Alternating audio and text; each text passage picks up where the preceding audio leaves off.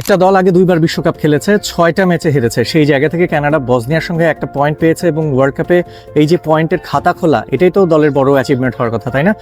টরন্টোতে big crowd in front of the home এবং প্রথমবারের মতো ওয়ার্ল্ড কাপে পয়েন্ট অর্জন করা ইউরোপিয়ান সাইড বসনিয়ান হার্জেগোভিনার বিপক্ষে।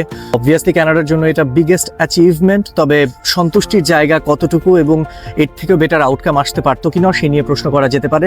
অনেক চান্স মিস করেছেন জনাথন ডেভিড অ্যান্ড অন্য সতীর্থরা যারা, তারা কিন্তু ফিনিশিংয়ের একটা দুর্বলতা আমরা কিন্তু দেখতে পেলাম কানাডা দলের পক্ষে। শুরু থেকে কানাডা পজিশন লুজ করতে চায়নি, শিয়ার ডমিনেন্স দেখিয়ে গেছে এবং স্রোতের বিপরীতে 21 মিনিটেই ইয়োভো লুকিচ গোল করে এগিয়ে নিয়েছিলেন তাদেরকে। এরপরও কিন্তু দমে যায়নি তারা, অ্যাটাকের পর অ্যাটাক করে গেছে। হোম সাপোর্ট যেহেতু তাদের পেছনে ছিল এবং শেষ পর্যন্ত সাইল লেরিন তিনি কিন্তু গোল করে এই ম্যাচে একটা পয়েন্ট এনে দিয়েছেন বসনিয়া হার্জেগোভিনার বিপক্ষে কানাডাকে।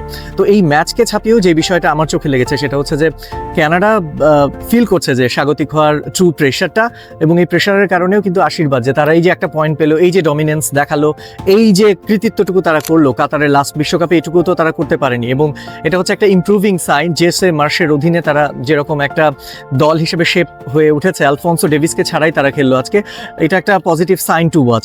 তবে এই ম্যাচের আগে বসনিয়ান হার্জেগোভিনা ইউরোপের দ্বিতীয় সারির কিংবা lower second or third tyre kind of team, তাদের এগেনস্টে অনেকেই তেমন একটা গোনায় ধরছিলেন না। এই গ্রুপে সুইজারল্যান্ডকে ধরা হচ্ছিল সবচেয়ে শক্তিশালী দল, কিন্তু যারা ইটালিকে বিদায় করে ওয়ার্ল্ড কাপে জায়গা করে নিয়েছে তাদের সঙ্গে এই ম্যাচে গিয়ে আসলে বাস্তবতার মুখটা দেখলো কানাডা, এবং এটাই বলতে হয় যে this is world cup. World কাপে বসনিয়া ঠিক সেভাবেই তারা এই ম্যাচটা পুরোটা খেলেছে।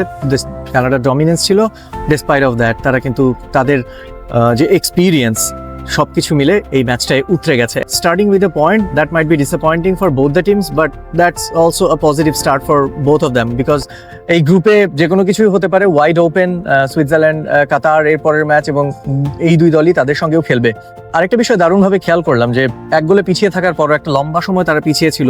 সুপার সাব সাইল লেরিন তাকে নামানোর আগ পর্যন্ত কিন্তু জেসে মার্শ যেভাবেই পরীক্ষা নিরীক্ষা করেছেন দলটার উপরে, জেসে মার্শ যতটাই খেলিয়েছেন যেভাবেই দলকে, তবুও কিন্তু দর্শকরা আস্থা হারাননি। এটা একটা বড় ব্যাপার ছিল যে ক্যানাডিয়ান দর্শকরা তারা কিন্তু তাদের দলকে রিয়েলি ব্যাক করেছে যে কোনো সিচুয়েশনই হোক, we will back our team.